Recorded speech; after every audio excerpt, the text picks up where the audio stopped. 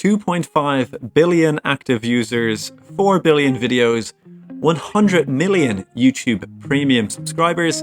YouTube isn't just the biggest video hosting website, it's the video hosting website. Founded way back in 2005, YouTube quickly rose to prominence as the world's leading video hosting website. It currently ranks as the second most visited website overall, behind only Google search, and accounts for a whopping 2.5% of the world's total electricity consumption, which is slightly more than Brazil and slightly less than the entire continent of Africa. Don't worry, this isn't another video of mine about electricity in Africa. No, in this video we'll be looking at YouTube's monopoly of the video hosting sphere and see just how far the competition lags behind. Welcome to the flip side.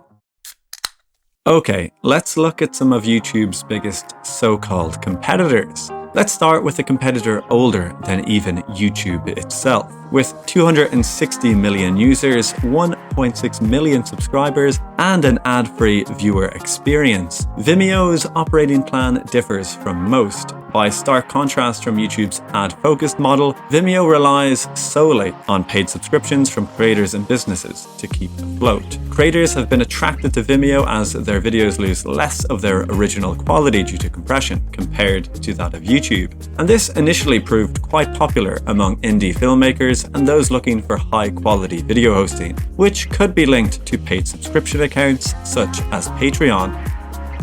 And all this sounds pretty good, right? And perhaps for a brief moment in time it was. However, since going public in 2021, Vimeo's fortunes haven't been so great. Last year, Vimeo made headlines for all the wrong reasons, as they moved to charge their super users higher custom subscription fees. This led to one user's subscription rising from $200 to $3,500 per year, due to allegedly being in the top 1% of bandwidth use on the site. Perceived financial insecurity may also scare others away from making the switch, as they may worry about losing their video catalog in the event of bankruptcy, or possibly paying an obscene yearly subscription fee for a product that may not even be available for that much longer. Twitch.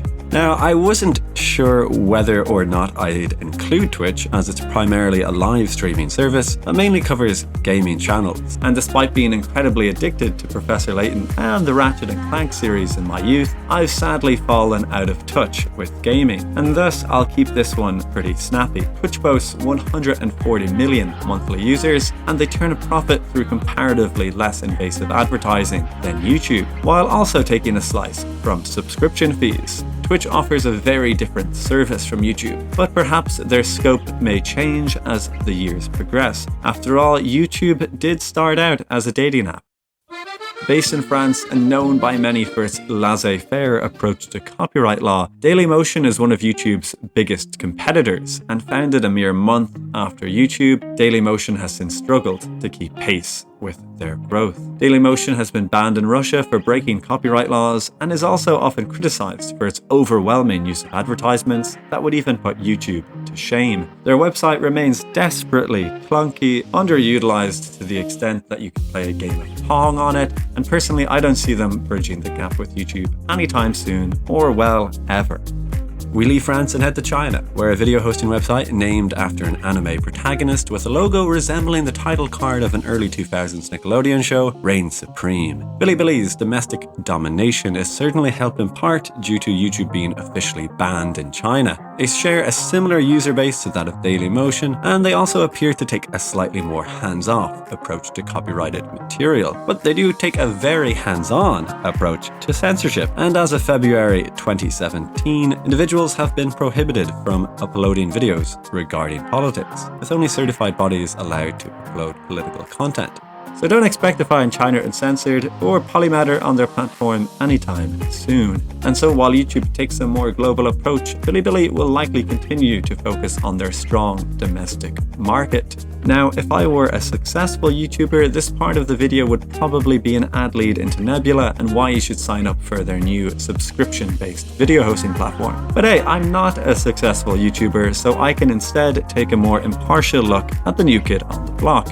At the start of the year, Nebula had 660,000 active subscribers. Nebula themselves admit that their slow subscriber growth, which came in at only 30,000 for the year of 2023, is down to focusing on direct subscribers, rather than relying on their former combo deal with CuriosityStream. Now, to be honest, I think the service is still in its infancy, and I myself have been a subscriber since their foundation, mostly due to my love for some of the creators on their books, and while I do consider the subscription to be worth it, I found that their videos buffer quite a bit when casting, but this should improve with time. Also, I feel their strategy to offer lifetime memberships was perhaps a little short-sighted, given that revenue from these users will cease forever in return for an unsustainable short-term gain, but that's just my opinion.